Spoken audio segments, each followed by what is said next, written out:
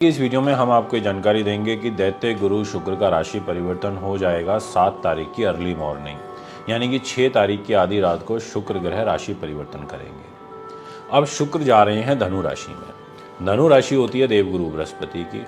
अब गुरु की राशि में दैत्य गुरु शुक्र का रहना अब काफ़ी बड़े बदलाव की ओर ग्रह स्थिति आएगी, क्योंकि 7 तारीख से शुक्र का प्रभाव धनु में होगा।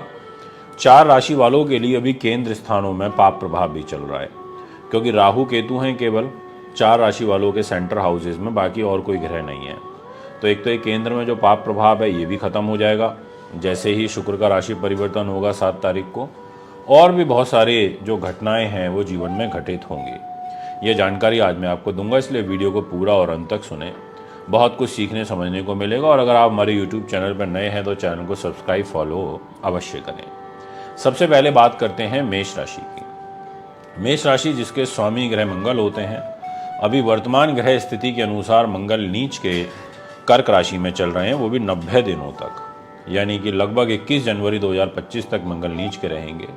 अब मेष राशि से जो आपके सामने एक डिस्प्ले में कुंडली यहाँ पर शो हो रही है, इस कुंडली में आप ये देख सकते हैं कि जहाँ पर 2 नंबर लिखा हुआ है और जहाँ 7 नंबर लिखा है, यानी कि ये सेकेंड हाउस एंड ये 7th हाउस, इसकी जो लॉर्डशिप है वो शुक्र ग्रह के पास आ गई। शुक्र ने बोला कि देखो भैया, मैं पैसा दूंगा, धन दूंगा, परिवार दूंगा, वाणी का सुख दूंगा, एजुकेशन दूंगा, दाम्पत्य जीवन दूंगा, ये सारी की सारी जो चीज़ें हैं वो शुक्र के पास हैं। और शुक्र यही 2 डिपार्टमेंट लेकर के आपकी डेस्टिनी पर, यानी कि भाग्य के घर में ट्रांजिट कर जाएंगे जब आप 7 तारीख को मॉर्निंग में उठेंगे। तो इट मीन्स कि जब ये 9th हाउस पर ट्रांजिट करेंगे तो ऐसी स्थिति में शुक्र ग्रह आपके लिए क्या क्या बदलाव लेकर के आ सकते हैं ये समझना होगा। एक तो शुक्र आप 9th हाउस में आएंगे, धर्म कर्म के घर में आएंगे, धार्मिक चीज़ों के प्रति भी आपका जो भाव है वो यहाँ पर काफ़ी स्ट्रांग हो जाएगा, यानी कि धर्म के प्रति, धार्मिक यात्राएं, ऐसे अवसर आपको प्राप्त होंगे। इसके अलावा एक बहुत सुंदर राशि परिवर्तन होगा, और वो राशि परिवर्तन होगा 2 ज्ञानी ग्रहों का आपस में। जी हाँ, आपने बिल्कुल ठीक सुना। गुरु महाराज शुक्र के घर में, शुक्र ग्रह गुरु के घर में। आप समझ गए होंगे, नहीं तो मैं समझा भी देता हूँ। आप देखिए 2 नंबर लिखा है, इसका स्वामी शुक्र है, ये गुरु के घर 9 नंबर में आ गया। 9 नंबर का स्वामी गुरु है, वो 2 नंबर में चला गया, यानी कि सेकंड हाउस में। अब ऐसी स्थिति में आपको यात्राओं के अवसर मिलेंगे, धार्मिक यात्राओं के अवसर मिलेंगे। थोड़ा सा आपको स्ट्रगल, संघर्ष भी करना पड़ेगा ड्यू टू सूर्य और मंगल, क्योंकि आपका जो सेंटर हाउस है, यानी कि 4th हाउस, 7th हाउस और 10th हाउस, इसमें 4th हाउस पर आपका नीच मंगल रहेगा और 7th हाउस पर नीच सूर्य रहेगा। इट मीन्स कि 2 नीच ग्रहों का प्रभाव भी आपके देखने को मिलेगा, जिस वजह से काफ़ी मेहनत, परिश्रम आपको करना पड़ेगा, बट हाथ इतना टाइट नहीं होगा। रीज़न ये है कि अच्छे घर, यानी कि भाग्य, हर कोई चाहता है कि उसका भाग्य अच्छा रहे, और हर व्यक्ति चाहता है कि उसको फाइनेंशियल सपोर्ट भी मिलता रहे, पारिवारिक सपोर्ट भी मिलता रहे। तो ये 2 ग्रहों का आपस में एक्सचेंज हो रखा है, इस बदौलत काम आपके बनते रहेंगे। बात करते हैं नेक्स्ट राशि के विषय में, और राशि का नाम रहेगा वृषभ। देखिए, वृषभ राशि इस भचक्र की दूसरे नंबर की राशि होती है, और आपकी राशि के लॉर्ड यानी कि शुक्र ग्रह वो ट्रांजिट करेंगे 8th हाउस में। अब 8th हाउस जो होता है वो आयु को भी रिप्रेजेंट करता है। 8th हाउस से हम रिसर्च भी देखते हैं, जितनी भी गूढ़ विद्याएं होती हैं ये चीज़ें भी देखी जाती हैं। और ये जो 2 नंबर लिखा हुआ है ये है आपकी वृष राशि, और ये जो यहाँ पर 7 नंबर लिखा है ये है आपकी तुला राशि। इसको 6th हाउस बोला जाता है, यानी कि रोगेश शुक्र अष्टम भाव में चला गया, मान सम्मान को लेकर अष्टम में चला गया, रोग चोट, शत्रु बाधा, पुलिस केस, मुकदमा, तनाव, अपयश, इसको लेकर के अष्टम भाव में चला गया। अब ऐसी स्थिति में आपको थोड़ा सा सावधानी के साथ काम करना होगा, ये मैं आपसे कहूँगा, क्योंकि ऑलरेडी तुला राशि के अंदर सूर्य नीच के भी हैं। तो यानी कि सूर्य तो ऑलरेडी डाउन है 6ठे भाव में, जो कि ठीक नहीं है। दूसरी चीज़, 8th हाउस में शुक्र डाउन हो जाएगा 7 तारीख की मॉर्निंग में। तो यहाँ पर उन लोगों को विशेष ध्यान रखना पड़ेगा जिनको मोटापे की शिकायत चल रही है, जिनका मीठा खाने का बहुत मन करता है, वो थोड़ा मीठे से परहेज करें।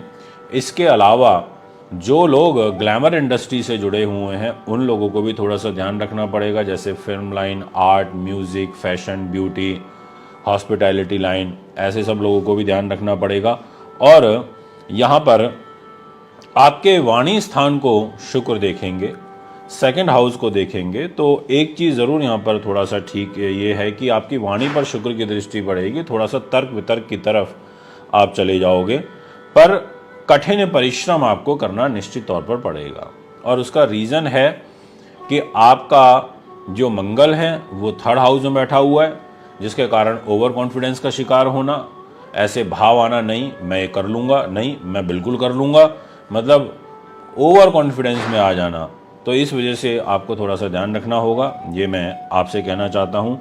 इसके अलावा चिकित्सा से जो जुड़े हुए क्षेत्र होते हैं उनमें ज़रूर आपको लाभ प्राप्त होगा, क्योंकि शनि ग्रह मार्गी हो जाएगा 15 नवंबर को, और शनि ग्रह आपके कर्म भाव पर एक केंद्र त्रिकोण राजयोग प्लस एक शश नाम का महापुरुष राजयोग भी बनाएगा।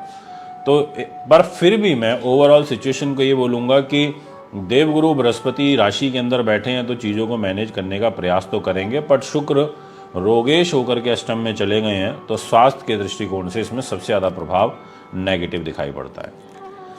बात करना चाहूँगा नेक्स्ट राशि के बारे में, और वो रहेगी मिथुन। देखिए, मिथुन के जातकों, आपके लिए वैसे तो बुध के मित्र हैं शुक्रदेव, तो कोशिश तो यही करेंगे कि बुध को सपोर्ट करें, बट दिक्कत ये है कि शुक्र महाराज ट्रांजिट कर जाएंगे आपके दाम्पत्य जीवन के घर में। वो बोलेंगे मैं मैरी लाइफ के घर में तो आ गया, तो मैं मैरी लाइफ को सपोर्ट करने की पूरी कोशिश करूँगा। और वो अपने कारक स्थान में भी आएंगे, क्योंकि जो 7th हाउस होता है उसके कारक शुक्र होते हैं, बट वो द्वादश स्थान यानी कि खर्च के स्वामी होकर के सप्तम भाव में आ रहे हैं, और आपकी बुद्धि, उन्नति, नीति, शास्त्र, विद्वानता को लेकर के आ रहे हैं। ऐसी स्थिति में आपको एक तो मन पर नियंत्रण रखना होगा, दूसरी चीज़ आपको उच्च शिक्षा में कुछ बाधा उत्पन्न होगी, क्योंकि सूर्य 16 नवंबर तक यहाँ पर नीच के होकर के बैठे हैं, तो 16 तारीख तक विशेष ध्यान रखिएगा। उसके बाद कंपैरेटिवली स्थिति बेटर होगी।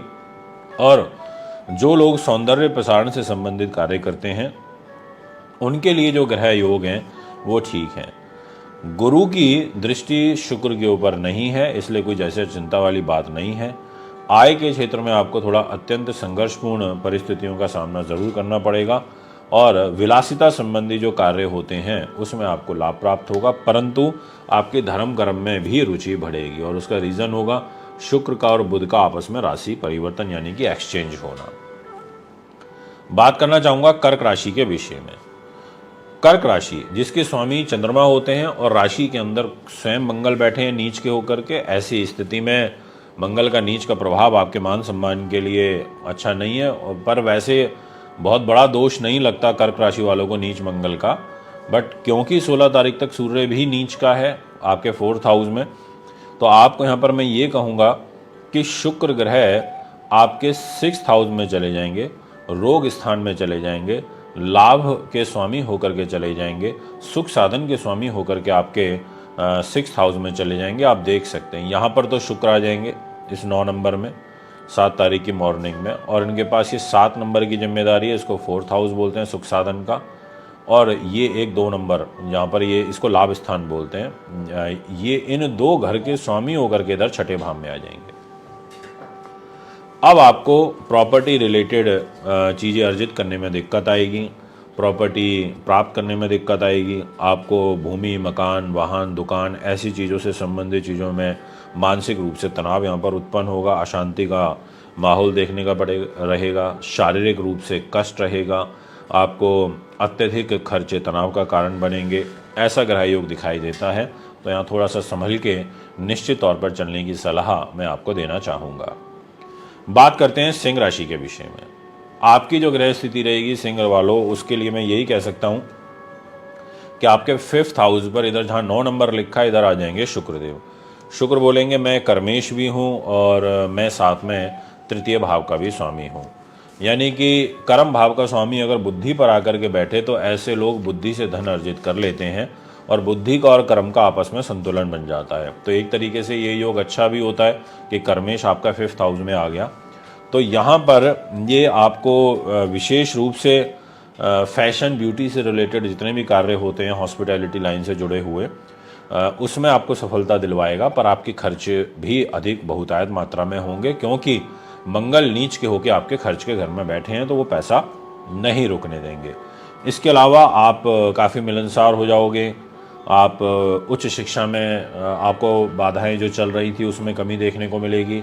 शेयर बाजार, सट्टा, साहित्य, संगीत, कला, ऐसी चीज़ों से आपको लाभ प्राप्त होते हुए नज़र आ रहे हैं। आय के जो आपके साधन होंगे, स्रोत होंगे, वो एक से अधिक होंगे। आप काफ़ी मिलनसार हो जाओगे, व्यवहार के कुशल हो जाओगे। आपको राजनीतिक क्षेत्र में सफलता प्राप्त होगी। स्त्री के संबंध में आप थोड़े से असंतोष भी यहाँ पर महसूस करोगे। यदि बात करी जाए नेक्स्ट राशि के विषय में, तो वो रहेगी दोस्तों कन्या। जितने भी जातक मुझे अभी फ़िलहाल कन्या के सुन रहे हैं, आपसे मैं ये कहना चाहूँगा कि शुक्रदेव सेंटर में आ जाएंगे, यानी कि केंद्र की ताकत इनको यहाँ पर प्राप्त होगी। ऐसी स्थिति में 4th हाउस का शुक्र आपका भाग्य का लॉर्ड है, आपके धन का लॉर्ड है, और 4th हाउस पे रहेगा। इट मीन्स कि कहेगा कि भाई मैं सुख साधन, प्रॉपर्टी, वाहन, ज़मीन जायदाद के घर में आ गया हूँ, तो मैं इस प्रकार के सुख तो आपको देगा ही। भ्रमणशील आपको परिस्थितियों आपके लिए संतोषजनक रहेगी। आपको माता को जो शारीरिक कष्ट, स्त्री सुख थोड़ा सा सामान्य रहेगा। गृहस्थ जीवन में थोड़ा सा यहाँ पर तनाव देखने को भी मिलेगा, क्योंकि राहु का प्रभाव है, पर बहुत बड़े मेजर इश्यूज नहीं है। मेनली तो आपको भाग्य में सपोर्ट मिलेगा, फाइनेंस का सपोर्ट मिलेगा, और सुख साधन, प्रॉपर्टी, वाहन, ज़मीन जायदाद का आपको सपोर्ट मिलेगा। और यहाँ पर जो लव लाइफ है वो भी आपकी काफ़ी मधुर होती हुई नज़र आ रही है। ऐसे ग्रह योग भी दिखाई देते हैं। तो दोस्तों, ये है आपका ग्रह गोचर।